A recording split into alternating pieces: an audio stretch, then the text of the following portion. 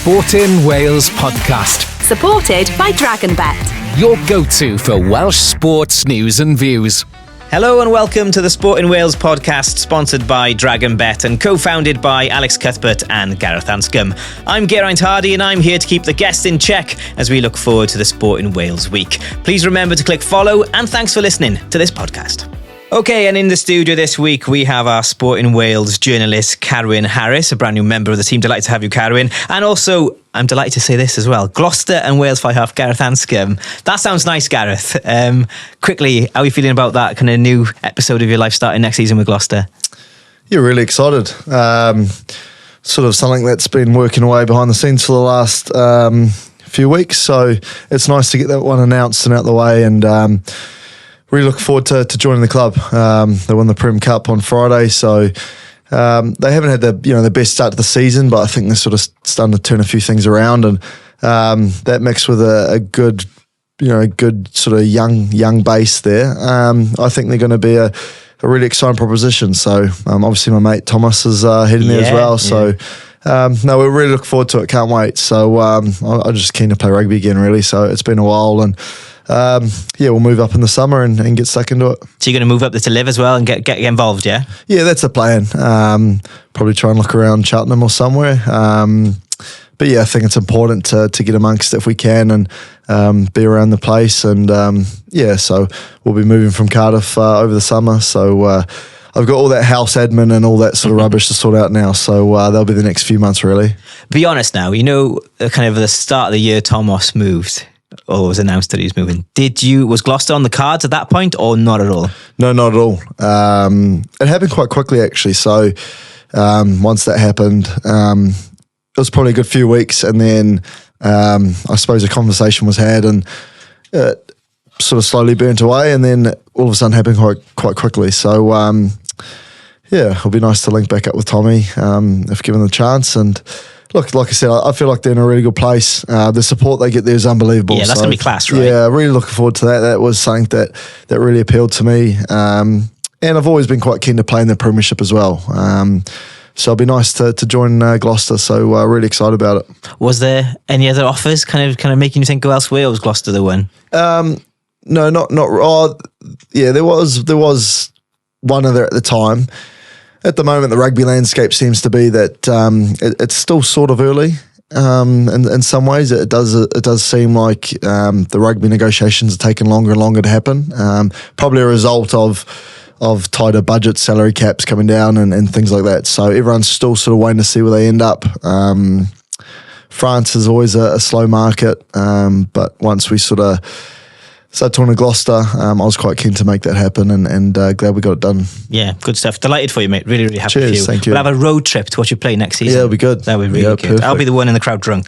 in the shed. Yeah, indeed.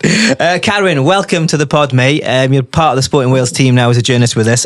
Been out this morning doing an interview already, kind of getting you to work straight away. Yeah, off to Glamorgan Cricket, speaking to the head coach there, and it's really interesting. Obviously, they start this season, start of next month, April.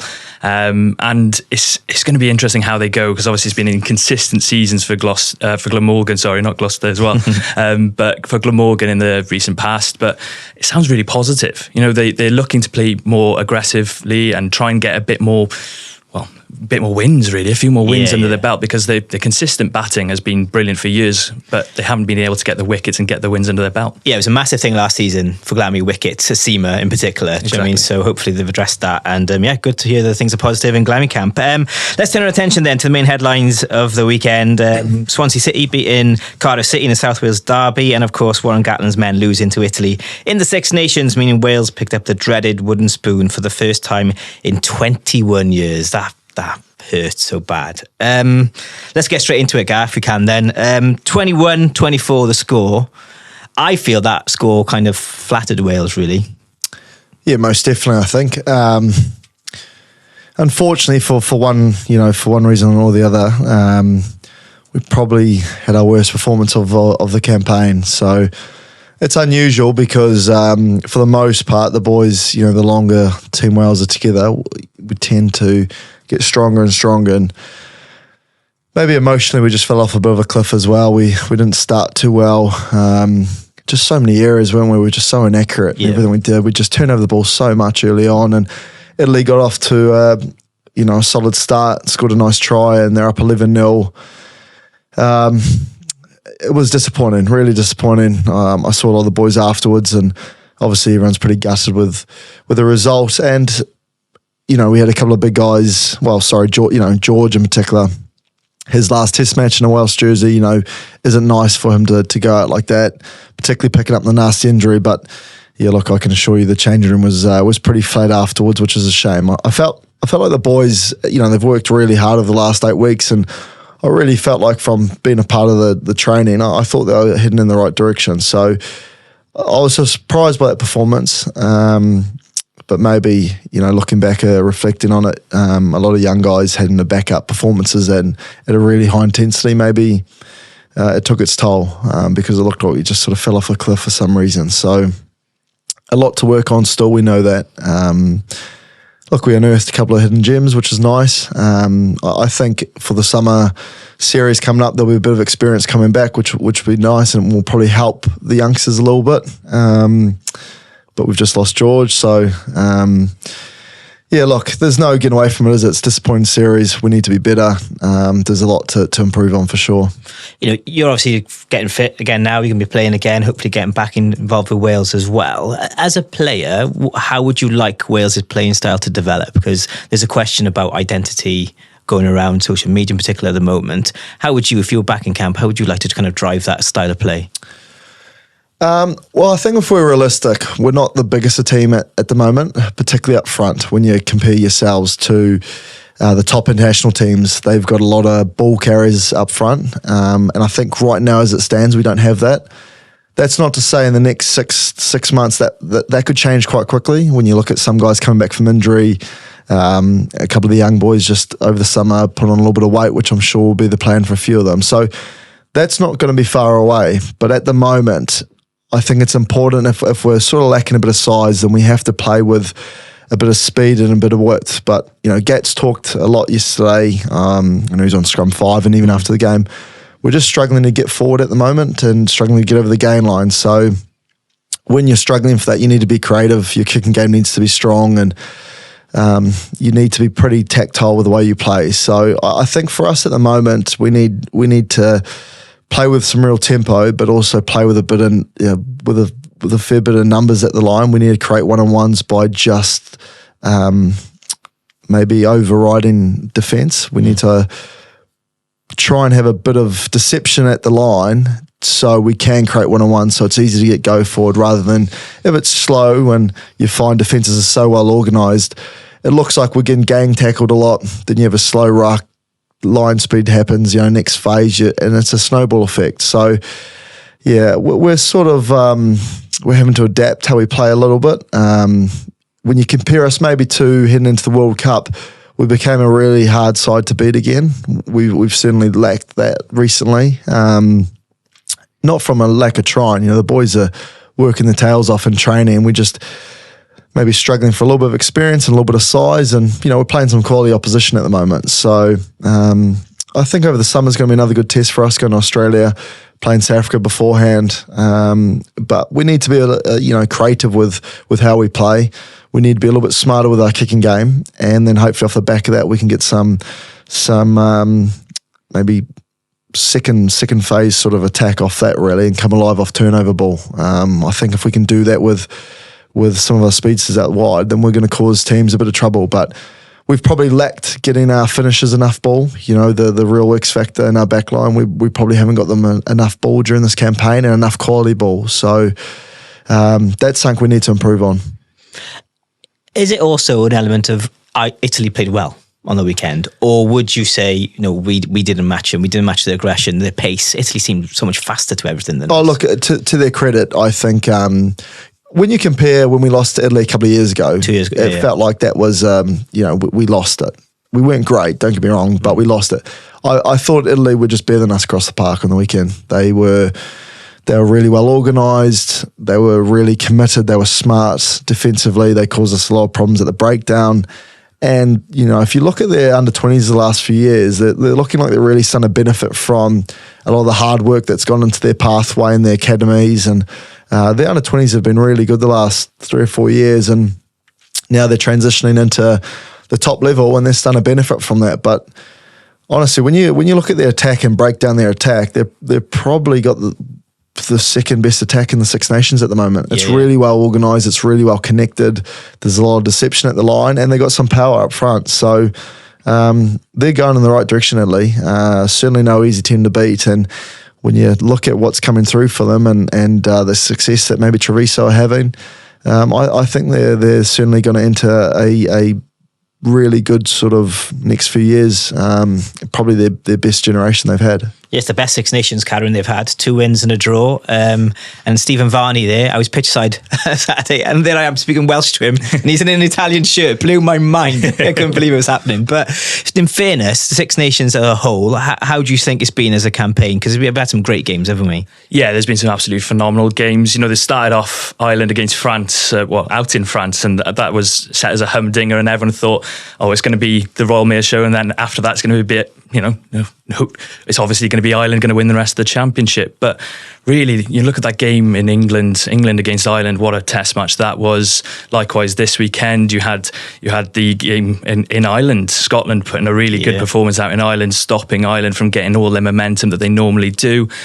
It's been a brilliant championship all in all. It's just sad that Wales haven't been at the level that they have been in previous years. On the point about Italy, they've made progress year in, year out, and that centre combination, Brex and Menoncello, has been phenomenal. They played Menoncello on the wing in one of the games, stick him at 12 because he is brilliant for them in that role, and partner him with Garbisi, who's a real creative player, and when he's got options off his shoulder, and the deception that Gareth mentioned earlier, the deception of Brex's soft hands to bring in the outside backs that they've got, they're going to be flying in a couple of years, and I think it's only the start for Italy. That's the way I see it, anyway. Yeah. As a journalist, Karen, Warren Gatland went Oscar and 5 last night. What was your thoughts on that? A brave move, I think, from Gatland. Brave is one word. I thought it was a difficult situation for him to be in, obviously. And I thought, in fairness, Lauren Jenkins asked some brilliant questions. The question that's been doing the rounds on social media has been that one of, do you go to the regions? And I know a number of people have been frustrated with it. It came on the back of Andrew Coombs, obviously, on SLC on Saturday, straight after the game. I don't think it was possibly the wisest decision. He did look tired. He did look frustrated. He's digged out a couple of players individually that I don't think is possibly the best move, Josh Adams being the prime one. He's probably looking for a reaction from Josh, but it seemed a bit of an odd move, in my opinion anyway, to dig out one individual, whereas the rest he could have talked about the collectives of the team, because as Gareth mentioned, it was team errors, but he's picked out one individual there to say he hasn't had his best game or had his best moment. I think there's this act of transparency that the WIU are trying to have and trying to be open, but I don't think that was the best performance of it. And then the comment, obviously, of offering his resignation to Abby Tierney beforehand, and whether or not that was completely truthful, but also it's a great bit of PR stunt from him where he can say, hey, I offered my resignation and they've said, oh, no, we don't want you to resign. He can then sit on back of it and say, well, they don't want me to resign. I'm here for the long haul. And there's two sides of that. It offers continuity for the Wales players and security for them. But on the flip side, it does secure his role as well in the future. Yeah, it's interesting, isn't it? Because I feel, had he not said what he said in that post-match interview, I don't think many people in the media, sporting media, would have been brave enough to go, I think Gatland needs to consider his future and go, and they need to look at it. It made it easy for Andrew Coombs and S4C's coverage to go, yeah, he needs to go. Had he not said it, the Pandora box would never have been open. I don't know if you agree with that or not. Yeah, I think that's fair. I think the situation that he's currently in, where he's on, we all know that he's on big bucks, and 600k apparently, yeah, exactly. And we all know that also he's been offered that continuation of a contract post the World Cup, where most people think they had a really good performance in the World Cup. So it's this situation where he's the old head. It's in Gats we trust, and in a situation where we've got a young group of players that need some guidance, it looks a good situation to have Gatland in post. So I can understand why a lot of people wouldn't be questioning it normally, but I think he secured his role by saying that to the media. I don't think people are going to ask that question now. Yeah, interesting. Mind games in it a little bit as well. If they got rid of him, right? Or if he decided to resign, is there anybody else in World Rugby, Gareth, who you think that could come in and do a better job than Gatland?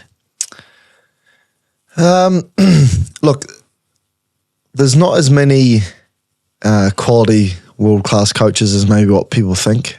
They aren't all floating about. There are certainly a few, don't get me wrong, but I mean, that comment took me by surprise by Gats. I mean, I still don't. If maybe it was a bit tongue in cheek, he said it wasn't, but I'm sure it would have taken a lot of people by surprise.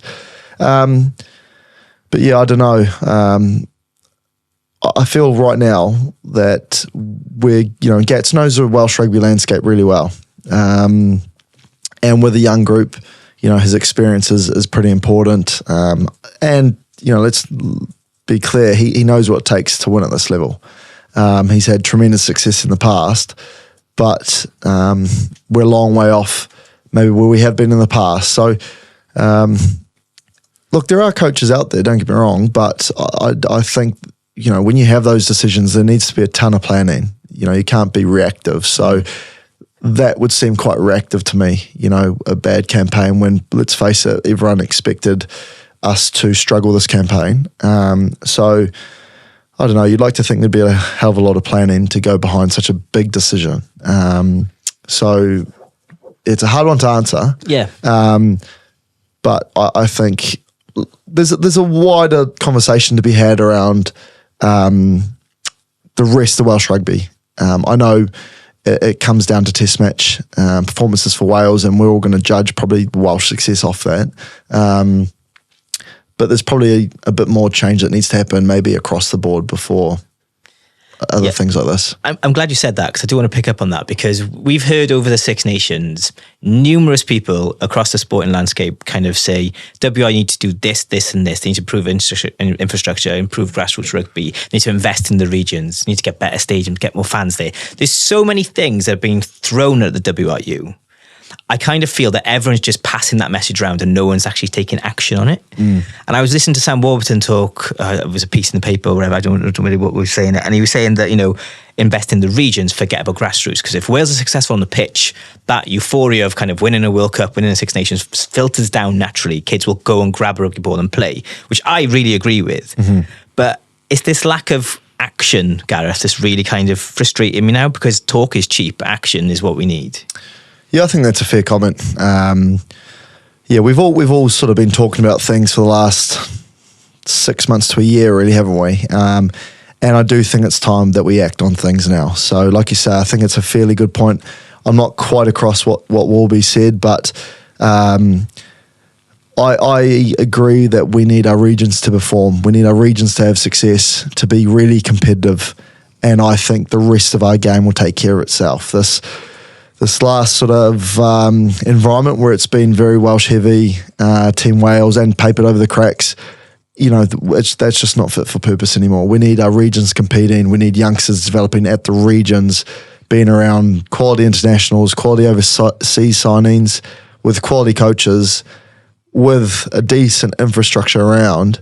And I think the rest of the game takes care of itself. I think we are a bit hamstrung with the necessity to ring fence funds for the community game. I'm not sitting here saying we don't need the community game. That's where everyone comes from, right? You'll start the community game. It's vital for the game. But they're inspired from watching their local players play for, the Ospreys, Cardiff, seeing the fans at Cardiff Arms Park lately, and that's how you inspire the next generation. And I think if we get the regions back to where they need to be, I think the rest of the infrastructure will take care of itself. So I couldn't agree more. We need to make some changes. I'm sick of talking about some of these changes. I've been around some conversations and we've been saying it for a while. So the people that can help make these decisions, I think, know what needs to happen, but someone needs to be brave here, and rather than hiding and not, sit on the fence, we need to start making things happen, because we're still producing quality players, maybe not always at the speed that we need to be, but again, we clean up a couple of things, we're going to be in a good position. So there's a lot of positivity around the game still. I know it's tough within Wales because we do get pretty annoyed and frustrated at things recently, but I think we can quickly change things. But we've got to start acting. I do fully agree with you there, and I think the quicker we can get the regions back on track, it's going to take a bit of trust from everyone, and most importantly, getting the right people in the right places. But this summer is going to be vital for the Welsh game, no doubt. It's a massive summer for Welsh rugby to sort itself out. Yeah, June is the date. So Abby Tierney's review is currently happening, and June that will be announced, and then plans will go from there. Yeah, I mean, that's an interesting one, isn't it? We've got, it sounds like, is it outside counsel? Yeah. So, but look, that will certainly come in with some really good opinions and a different set of eyes, but we already know some issues we can clean up. So I hope we're not waiting until June, because if we wait till June, it's not going to be till the following. It's too hard it's to not going to be till implement. October. It's gone again. So I want us to. We need to be innovative as well, and I feel like at times we've done things because that's the way we do it.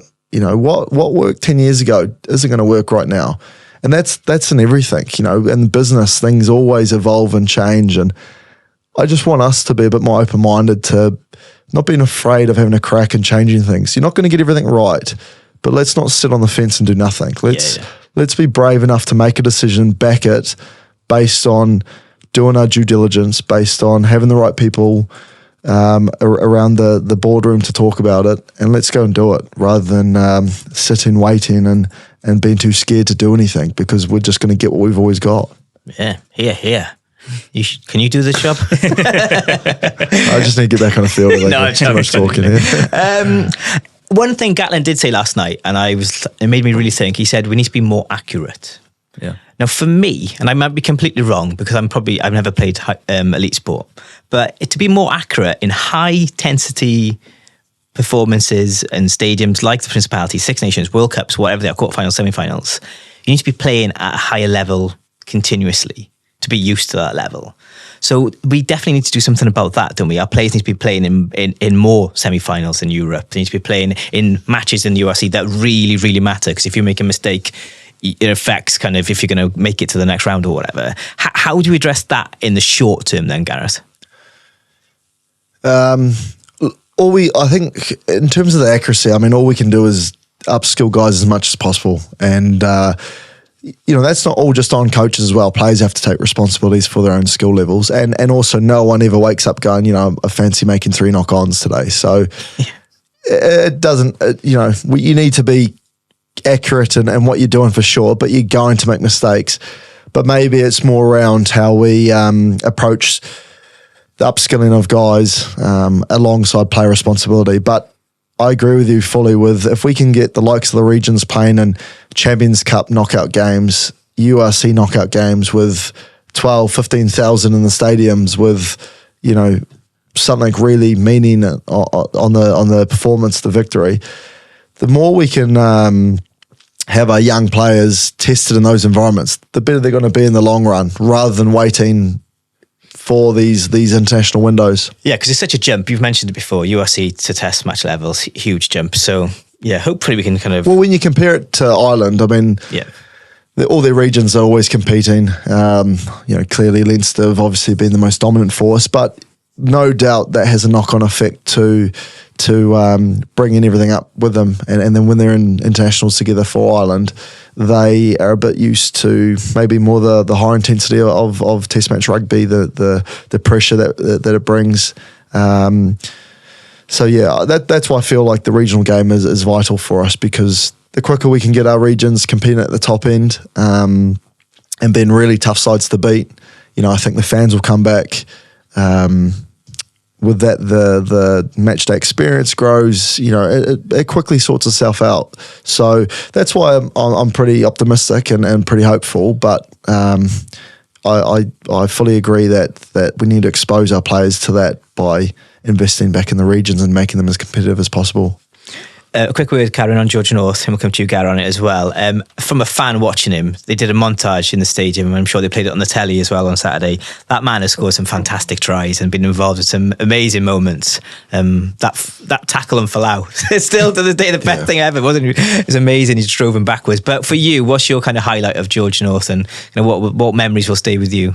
I'm tempted to say the tackle on Farrell because that wasn't half bad either. Yeah, a few years later, but there's so many memories. You know, I'm 27, so pretty much the whole time I've been watching rugby, I've been watching George North play international rugby.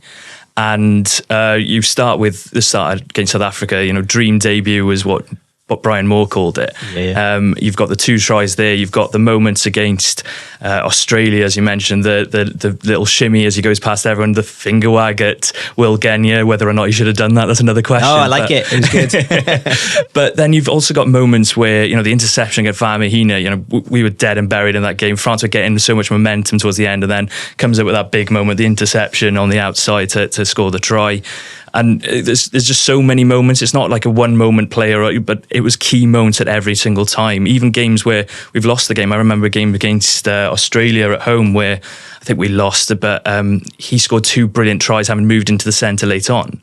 And, you know, people were questioning, should he be a wing? Should he be a centre? The fact of the matter is, he has been one of the best players Wales have had over the last, forever, let's be honest about it. Fact of the matter is, you know, I think Jiffy in commentary was comparing him to Ian Evans, Gerald Davis and Shane Williams, and he's right up there with the best. Yeah, second highest try scorer behind Shane, of course, for Wales. Obviously, we've seen him play, but you played with him. Give us kind of an insight into kind of what kind of levels he set in camp to make sure Wales were the best. Yeah, I think I heard Warby talk about George the other day, and he mentioned how he is a generational talent, but generational sort of freak athlete, wasn't he? He is a freak of nature, George. His ability to move at high speed with the size he is. You know, he has slowed down in the last couple of years, but his size, you know, his speed, his power, you just can't coach that. And Wales probably aren't blessed for those sort of athletes. So he truly was a unique force. He's probably passed that baton on to maybe Mason Grady now. But, you know, his size and power is just so unique, and his ability to get us over the gain line, whether that's in the midfield or finish those tries. You know, you do look back at that montage, and the amount of tries he's scored is phenomenal. Some of his tries from just individual brilliance. You just can't coach that. So, look, he's been a fantastic trainer. He's, you know, always been around. He had that niggly little period where he's probably with the concussions, but he came through that, the other side of that. Just a great professional player. And I suppose in the last few years, something that I've sort of really realised with George is he's stepped up as a leader. He's just always been quite mature, because you forget he's still quite young. But definitely taken more of a responsibility with trying to at least lead the defence over the last few years. Definitely something that I've noticed, having a voice, you know, demanding high standards and driving maybe some of the defensive cues throughout the week. I think that's something that he's really stepped up on in the last few years. So what a career, and rightly so, will go down as a true Welsh great. You know, he's definitely in that conversation. When you're picking a Welsh 15, he's going to be in that conversation, isn't he? So what a career. A real shame that we sent him out with that sort of performance. He didn't deserve that, and you know, a shame that he limped off the pitch. Would he be? I feel though, if Gats would have taken him off with 10 to go, right, to give him that moment to have a clap, right? Yeah. I feel, I don't know this, but George North would have been annoyed that he'd been taken off because he'd have wanted to stay on to win. Is that true? Is that kind of guy he is? Yeah, I mean, it's a fair point. Look, he's been a competitor. You don't play 121 test matches without being a true competitor, do you? So, look, he never gave up. He was always emptying the tank. Sorry. We're gonna miss, you know, his power and just his individual brilliance at times. Even now, the last couple of games, his ability against England to get us go forward and still ride a couple of tackles. He's just such a big man. A real pleasure to play with. Yeah, 47 tries for Wales. I wanted to score a hat-trick on Saturday. That'd have been amazing, but not to be, sadly. Not to be. Okay, let's switch our attention then to football. It's a huge week of football for Rob Page's Wales team. But before we talk about Wales, Karen, let's touch on the South Wales derby if we can. I know you were watching it, working on it. Swansea, just by far the better team, deserved a 2-0 win, yeah? 100%. They were better in possession. They were better without possession. They pressed so well throughout the game. Liam Cullen, Jamie Patterson putting pressure on Cardiff's back four, who aren't known to be the best with the ball at their feet. Yeah. And it was pretty much the opposite performance from Cardiff than it was against Ipswich a week ago. Against Ipswich, Cardiff were on the front foot. Cardiff were pressing. Cardiff were putting them under pressure. It was a complete opposite. And I think Swansea played a really clever game by playing Cullen and Jamie Patterson. Phillips and Gutas didn't have someone to put the foot up against, get a nudge on, get a foul on. They were just playing in and around those areas, making it difficult for them to be picked up. Nice first goal from Cullen as well, obviously in the Wales squad, and we'll talk about that in a bit. But as well, the rest of the performance, I thought Cardiff were just a bit lacklustre. And it was only in the second half, particularly when they managed to bring Colwill and Ramsey on, they looked a bit more assured in possession, where they had those 2-8s that are, both are really good on the ball. Yeah. And they were able to get a bit more of a threat going into the Swansea half in the second half. But then obviously Jamal Lowe, as he likes to do in a Swansea derby and South Wales derby, comes up with a late goal and seals victory. It simply looks, apart from the home game in Cardiff City Stadium, for the last kind of few years, the Swansea players understand what that derby means a lot more. And that was clear again on Saturday. They were dragging each other off the floor. Come on, let's go again. They get it somehow.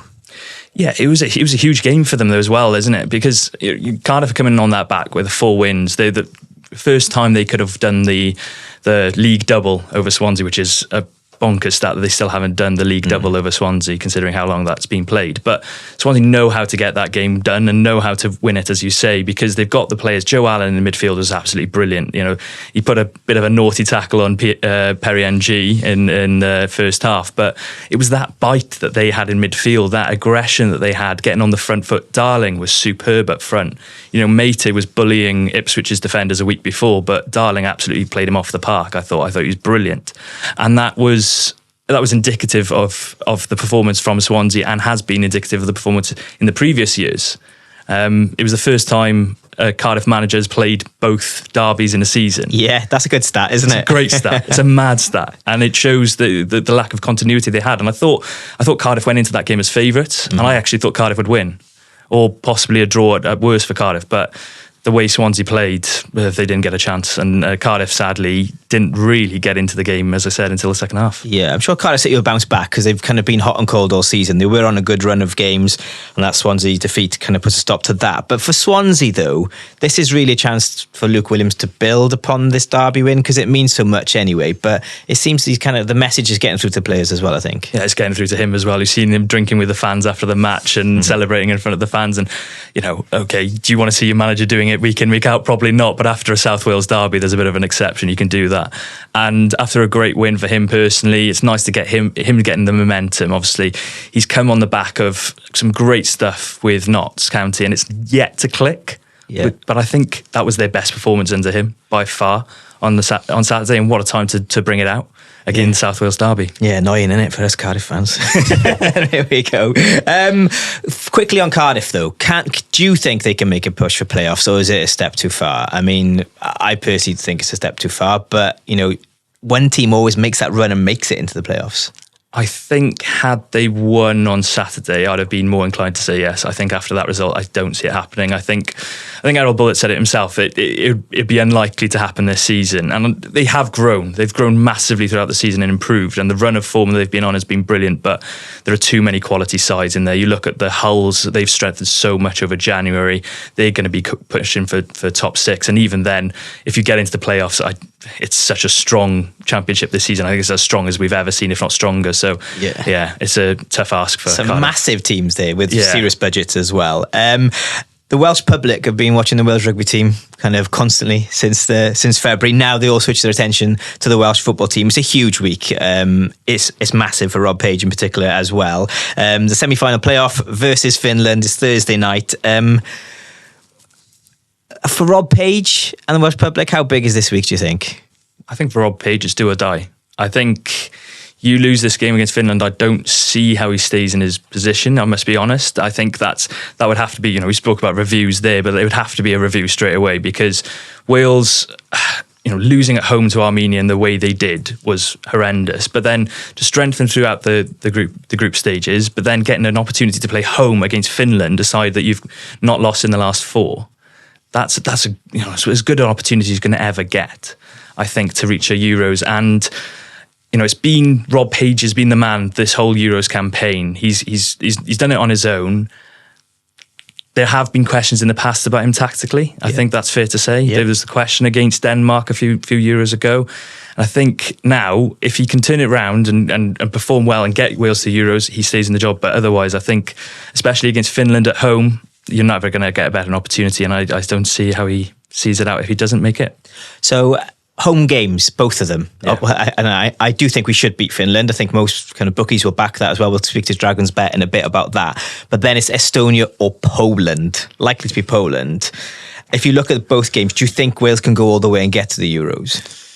Yes, but Poland's tough. Wales played them recently. I think, I can't remember the result. It was a 2-0 or 1-0, but Poland won. And they were quite comfortable in that game. Obviously, Lewandowski is the main goal threat playing for Barcelona, and he's still putting in goals even at the ripe old age of mid-30s. No offence. I'm younger than that. But he's playing brilliantly, and he's obviously going to be the main threat for them. And the ideal situation is you play Finland and then you play Estonia off the back. But I think it is likely to be Poland. But Wales have been there before. Wales have done it in front of a home crowd before. Wales have played Ukraine, Austria last year in front of a home crowd, and how big an influence that was. I remember the Gareth Bale free kick. I felt everyone was sucking that ball into the back of the net. So I would back Wales to beat both. Home ties is a huge factor though, for Wales in particular, I think. That crowd, that atmosphere is... Like, I remember someone in The Guardian write in, and they were an England football fan, and they said, I've just experienced the best thing in the world. And it was like, ...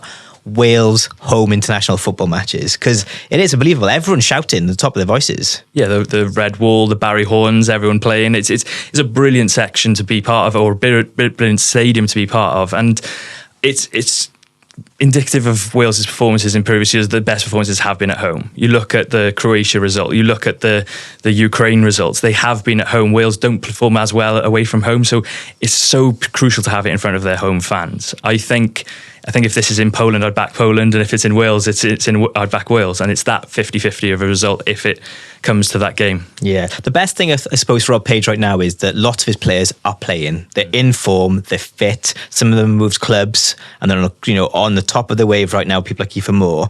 How important is that to Rob Page to think in terms of team selection and depth off that bench? Oh, it's massive. For years and years, we've been saying, if Gareth Bale's not fit, what do we do then? Players not playing at top clubs. Harry Wilson was playing for years at Liverpool and going on loan occasionally. Now he's a big part of Fulham, who are playing brilliantly in the Premier League, scoring, assisting. He's having a great influence on the game. Kiefer Moore, he's dropped down from Bournemouth to Ipswich, as you mentioned. I think he scored 5 in his 8. Scored against Cardiff, obviously, to Cardiff's fans' chagrin. But you've then got other players. Brooks as well, he's gone on loan. I think the top end of the pitch in particular, Wales have got such strength and depth now. The Ipswich lads, Broadhead as well, is playing brilliantly. Dan James at Leeds.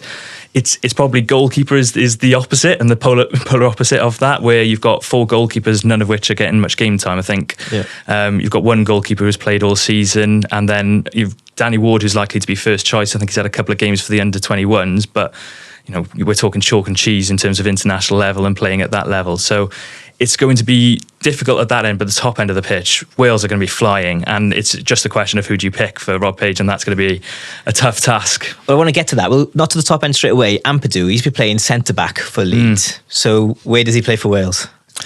I think Rob Page suggested where he was going to play him on a press conference last Wednesday. I think, despite the fact that Ampadu and Joe Rodon have been playing together, I think they've kept something like 8 clean sheets in 11 at Leeds since they've been joined together, and Ampadu's been captain as well. I think it's likely we're going to see Ampadu in midfield because he is so crucial to that holding midfield role, especially when Ramsey is not fit enough to start. Yeah. He's possibly going to play 20 minutes, especially without Joe Morrell. You're going to see Ampadu as that more experienced head, even though at the age of 23 and making 50 caps, which is bonkers if he plays. he's likely to play in that midfield role alongside Jordan James, who is that less experienced role. Plus, in fairness, and Rob Page said this himself, you've got 3 centre-backs in Mepham, Rodon and Ben Davies who are all playing well and have consistently played well for Wales in the past. So for him, he's going to think, why change it? Okay, up top then, what does Page do? Where do you think he's going to... How is he going to fit everyone in? He's not. He can't, could he? I think, to be honest, it's likely to be a back 5. I personally would like to see a back 4, and therefore you've got an extra player to fit in the 10 role. Yeah, okay. But I think it's likely to be back 5, so therefore you're left with the only options, which is a front 3. I think Kiefer Moore has to start. His form for Wales, but also for Ipswich, has been phenomenal.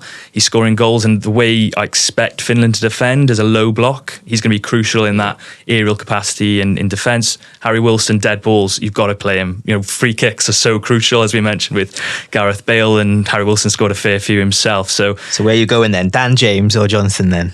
I would go with Johnson. I think I think he's playing so well for Spurs, and that extra level, it's closer to international football, even though Dan James, I know, scored on the weekend as well and is playing brilliantly, but I feel Johnson's just got that little bit extra. He's possibly more of a goal threat at times, even though possibly hasn't shown that as much for Wales in the past as he would have liked. But yeah, I would go with Johnson, especially with the impact Dan James can have off the bench, because that's going to scare the life out of any Finland or Poland defenders. Yeah. Gareth, what does it do to you as a player when you kind of look around your squad and you know every single person here is absolutely firing right now? I think it probably just gives you a level of belief, doesn't it? It just instills a bit of confidence knowing that the guys next to you sort of been there and done that. Maybe when you compare that to say where Team Wales is at the moment with rugby, sorry, when you're trying to figure out those partnerships a little bit, it takes a little bit of time, and that can chip away at your confidence a little bit. So when you've been around there and experienced with guys and had some real success, then it does give you that sort of unwavering belief that no matter what, you can get yourself out of some tricky situations and also really kick on. So building those relationships, particularly in those big test match arenas, the intensity of things under pressure is crucial. And also, you felt this with the Wales rugby team. The public are watching you, and the pressure's there. And that is what's happened to the Welsh football team this week. All the media attention switches to them, and they're on them. How did you deal with that? How do you deal with that? Well, I suppose, for me, it always felt the Six Nations always hits a little bit different. So, there's that real intensity behind the test week. When you're around the Vale, you pick up on the media, being around a lot more. You see the cameras. So it just has a different feel to it. So no doubt the footballers, are going to feel that this week. It's going to be massive. And talking about the atmosphere, it's been amazing to see, last year and stuff, the games when they're on fire, that red wall is awesome to watch. And, I even have people back in New Zealand that have texted me saying, wow, the support really for the football team is unbelievable. And maybe at times you think, have we done enough to sort of replicate the same sort of support in the stadium? I know we sell out the stadium, but it's a different sort of support at times, isn't it? So I'm wishing the boys the best of luck. I really hope, if they can get a bit of confidence and get the job done this week, then they'll be tough to beat next week, you think. It feels with a Wales football ticket, you have to sign a contract to sing for the whole 90 minutes, otherwise you're not allowed in. Yeah. Do you know what I mean? Because everyone really gets behind it. I used to live in Cardiff Bay in these apartments, and you could hear the stadium all across the water from Leckworth. It was unbelievable. Yeah. Particularly leading up to the last, was it the last Euro qualifiers? When they just won that golden run. It was amazing. So it'd be pretty special they get to do that again. Back to team selection quickly. Ramsey, he's not going to start. We know that. But how much of a miss will he be? And do we have to be clever? Does Page have to be clever that if we're beating Finland, don't bring him on, keep him for Poland kind of thing? It's a balancing act, isn't it, basically, because there's that side of it. You don't want to get him injured, but at the same time, he's played 20 minutes of football in a month, and before that, 72 minutes before that until back to September. So, any professional athlete will say you need game time in your legs. And he's he's a crucial cog to Wales, but I think at the moment, the way the other players are playing, he's possibly not as crucial as he was. And the way Wales will set up with those two holding players, the way Jordan James has taken to international football like a duck to water, and I don't think I've ever seen a player... It's amazing, isn't it? Yeah, just grab hold of the game of scruff and neck, take on Luka Modric and be like, yeah, fine. Luka who? Yeah, exactly. And I personally don't see... I don't see how they would find a way, but I don't see that he would be needed to start anyway. So in this situation, I think it almost benefits Wales that they've got his confidence to come off the bench. And if there's ever a player that you're 1-0 up with 20 minutes to go or 10, 15 minutes to go, to just say, right, can you keep the ball for me? Can you keep the ball, just pass it 5 yards, keep the ball, keep Finland on the back foot. Aaron Ramsey's perfect for that. And I think he will be needed and he will be called upon, and it'll be both inside the change rooms and on the pitch. But yeah, I don't see him having those 60 minutes displays perhaps, but he will still have a crucial part to play for sure. Yeah, before we get the odds for the weekend from James Level and DragonBet, feeling confident? Give me your prediction. 2-0 Wales. And then if you play for Poland, are we going to win? Yes. Yeah, okay. I'm less confident. I would say 2-1 that one. That was, I can't see Lewandowski not scoring if he's playing. Yeah, that's true. A win's a win. That's all we'll take. Okay, let's do that what I just said earlier then. Let's turn our attention to the sporting action of the weekend, and let's do that with DragonBet. DragonBet, the bookmaker of Wales with the best odds on Welsh sport. Please gamble responsibly. James Level, welcome. How are you doing, mate? Yeah, good. Long week. Cheltenham didn't get as much as I normally get. I can normally nearly retire. I was expecting to win a fortune and it didn't quite happen. But we're still here. We're still breathing.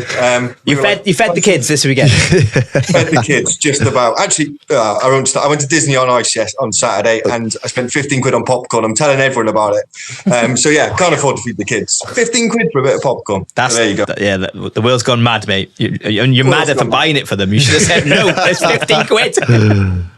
But anyway, normally sleep. The kid doesn't sleep at all. Took him to Disney on Ice. What do you do? Slept all the way through it. So, yeah. Brilliant, fantastic. Okay, the main focus is all about Wales versus Finland. James, how are you guys seeing it? Yeah, we think Wales are going to win. I think pretty comfortably. Heard you guys talking. Actually, we are going to go. So I've just made this up on the spot. The odds could be really wrong, but we are going to go. Rob Page 6-1, not to be in charge of the game after. So if you think Wales is going to lose and you think Rob Page is going to go, we're going to go 6-1. He's not going to be in charge for the game after this. Wow. No messing about. Okay. Well, hopefully that doesn't happen for obvious reasons. Yeah. So what odds have you got on Wales winning, and what odds have you got on Finland to win as well? We got Wales at 5-6, so a shade of odds on, and Finland at 16-5, just over 3-1. Obviously, big game. We're going to have a bucket hack full of specials. See what I did there? So we're going to have loads of them there. We're going to have kind of, we have 7-4 Wales to win to 0. We've got the goal scorer markets. Harry Wilson is 7-2 to score. He, of course, scored 2 against Croatia. Nico Williams, he's 6-1 to score. He scored a goal against Turkey. So there's loads and loads on the site. Really looking forward to the game, actually. I can't wait. Okay, what about Kiefer Moore to score? What have you got for Kiefer? You have big Kiefer, don't you? Yeah, I do. 5-2 to score anytime. Okay, fair enough. Okay, fantastic stuff. In terms of specials, one for football I always like, and I nearly put this down for my charity bet. This is why I'm asking. Wales to score in both halves. Wales to score in both halves, 5-1. 5-1. Sorry, no, that's to win both halves. To score in both halves will be 5-2. 5-2. Okay, good. Okay, so that's that. In terms of Wales beating Finland and going up against Poland and getting through, what have you got that to qualify for the Euros? To qualify for the Euros, I'm not sure. It's on the site somewhere, Gab. You caught me on the hop there. I don't know. But okay, it'll be on the site. Check it out. Okay, we will pay attention to some of the league games. So Wrexham play Grimsby, Newport play Barrow as well. Newport away in Barrow. What odds have you gone for them? So we've got Wrexham 10-11 to beat Grimsby. They are now out to 7-1 to win the league. So they are drifting quite heavily like a barge. And we got them 6-4 to be in the top 2. So they were certainties to be in the top 2 at one point, but now they're out to 6-4. Yeah, at top of the league though, Karen, that's so tight. I think you've got Stockport, MK Dons and Wrexham all on 67 points. So they're all joint second and joint fourth. And then Mansfield at top, cleared by 5, I think. So, Wrexham just need to keep winning and just hope that the others drop points, basically. Yeah, it's as straightforward as that. I had a chat with Johnny Williams at Gillingham earlier this week, and they obviously came down and hoping to get back up, and they've got a big fight to get into that playoffs position. Newport could get in there as well, but that top 3 is they're all so strong, and Wrexham, as you say, seemed nigh on favourites to make it, and now it seems like they're slipping behind and a couple of bad results. But I still back them to get in that top 3, I think, and make automatic promotion. Yeah, me too. Just quickly then, after the Swansea-Cardiff game and the Swansea win, what odds are Swansea to avoid relegation now, or to be relegated, I should say? Surely they're nowhere near it now. Nowhere near it. They're 80-1 to be relegated, which just isn't going to happen, is it? But the other thing that's not going to happen is Cardiff to finish in the top 6. So they're up to 50-1. It's just, don't bother wasting your money. There you go. I'll put a tenner on that. Okay, let's quickly go to URC just to get Gareth's views on it. Glasgow, Cardiff, Ospreys, Munster, Scarlets, Benetton, Dragons versus Bulls. Where can we sneak a win this weekend, Gar? You've read those off insanely quick. Glasgow, Cardiff, Ospreys, Munster, Scarlets, Benetton, and Dragons, Bulls. Where Cardiff playing Glasgow? In Glasgow, yeah. Can the Scarlets get a win against Benetton? Is that, I know. I just want the Scarlets to pick up some wins. It's maybe not a bad time to have them, because I'd say they're going to rest most of their Italian boys. So yeah, that's a chance, but they just definitely have to produce their best performance of the season so far. Hopefully the break's done them a load of good. I know they've gone through a bit of transition period with a couple of the changes of the coaches, so hopefully they've found a little bit of a change there. Look, Ospreys keep finding a way as well. So Friday night at home to Munster, I think they are, aren't they? So yeah, they'll be confident of beating them at home, I'd say. Okay, good. You'll have odds on all the USC games on the app and the website shortly, James. But quickly on the Six Nations. We always sorry, go on. We always put the odds on one of the Welsh regions to win as well. So you can have bet just one. It doesn't matter which one, but we'll get it on site. We'll have a special. So if one of them win, we'll have odds up for that. Okay, and the kind of review on your end of the Six Nations. How did your specials fare for the Six Nations? Yeah, we had quite a lot of specials. The missus has bought a new handbag because not many of them won, so that's all good news for us. Anyway, so we had Wales to score 12 or more points in each of their games. They didn't. They only scored 7 against Ireland, so that was a few quid in the bank. Put a smile on their face. Yeah. Wales to score 100 points in the tournament. That was 5-1. That was really, really popular. So we had a sweat on with that. They needed 29 against Italy, and they obviously didn't. So we know what happened there. But the one that did kind of slip under the net, and a few people backed it, was Wales to be for the fewest yellow cards. So that was 6-1, and they actually the team that got the fewest yellow cards throughout the tournament. So that was 6-1, and Wales to finish bottom at 4-1, and a few people did back that, unfortunately for me. Okay, so 4-1 Wales to finish bottom. Okay, that's good. Interesting that. To make a note for next year of what's to remember there. Game of the week this week on the site. Game of the week is a big one. We have got Aberdare against Mountain Ash. Now, this always gets a big crowd. I think you got about 3,000 there in some of these matches. So it's a real big, proper derby. It'll be a good one to watch. If you've got nothing to do Saturday, get down to Aberdare and go and watch that one. Okay, proper tough match. Not like that Gloucester easy stuff. Okay, we've also got our charity bet of the week to do as well. To give Carwyn and Gareth some thinking time their end. My one this week is going to be Wales to beat Finland and Kiefer Moore to score, but not first goal scorer, just any time to score. Just to score. I think, let me get back to you, Gar. I'll get a special on the site for you. I'll boost it big time, don't worry. There you go. You're a winner. Good, I am. Wrexham let me down last week. I went for a simple 2 Wrexham win, back-to-back double win, and they drew, didn't they, midweek? So that was no good, unfortunately. Never lose, it's easy. Yeah, mate, you're gloating too much today. People don't like you after this, so come on, we've got to be a bit more like, cool, calm, collective. He's excited, he's like a kid, that's what it is. Gareth and Carwyn, you've got a charity bet amongst yourselves. Do you want to give Carwyn the honours on this? Yeah, I think so. I think we're going to go football though, don't we? We'll go football. I was going to say Kiefer Moore first goal scorer, but maybe do I risk that? Yeah, what does that look like, James? Would you have? He's 5-2 to score any time. I'm not sure about first goal. You're going to boost that one for us, though, aren't you? Yeah, we'll boost it. We'll boost it to 7-1 first goal scorer. Wow, we've got him on a good day because after Cheltenham, see 7-1. Okay, so those are. Is it? We'll jump on that. Jump on that. It's on. You're on, guys. Okay, fantastic stuff. Okay, James, thank you as always. Also, I've got a note here to ask you about Accumulator. What's the news on that, your end? Yeah, do you know what? So we have this guy who bets every week. He bets all the draws in the football. So we do obviously cover all the Welsh sport. So he bets all the draws. It was the Ardell Southwest on the weekend. There were 6 games. All 6 games drew. It paid out £13,823 to a pound. And guess who didn't bet it? He didn't do it. That's not a bet. No. So there is someone who's walking around. I hope they don't see the results because they will be very, very upset. Every week he bets it and he hasn't backed it this week. Landed. So That's a pound would have made that, yeah? a pound would have won 13,823 quid, and he was nowhere to be seen. So no wonder I'm happy. Wow. Brilliant. I love it, James. You are living the life. Fair play to you, mate. Thank you so much for your time. We'll catch you next week, okay, buddy? Cheers, boys. Thanks. Thank you. Right, for you listening, remember all your betting needs are covered from the lower leagues to the top leagues with DragonBet, the only place for Welsh sporting fans to bet. So get involved with the bookies that look after Welsh sport, but of course, please gamble responsibly.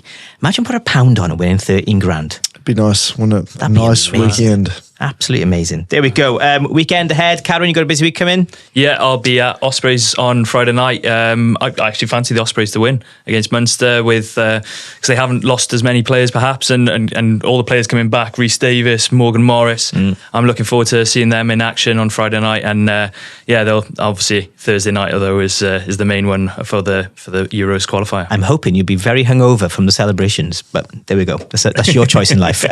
Gaff, just keep training, yeah. Yep, finish off my rehab. Not quite fully fit just yet. Got a little bit of work to be done there still.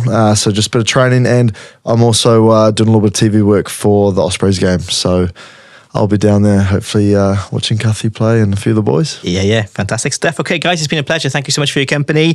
It's been a pleasure to have your company as well listening. Remember, we'll be back next Monday for more Sporting Wales chat, and you can follow us on all our socials. Just search Sporting Wales. Tell your friends about us and share the love, and we'll catch you next week. Wherever you go, wherever you are, enjoy your Sporting Wales week. Sportin Wales podcast. Supported by DragonBet. Your go-to for Welsh sports news and views.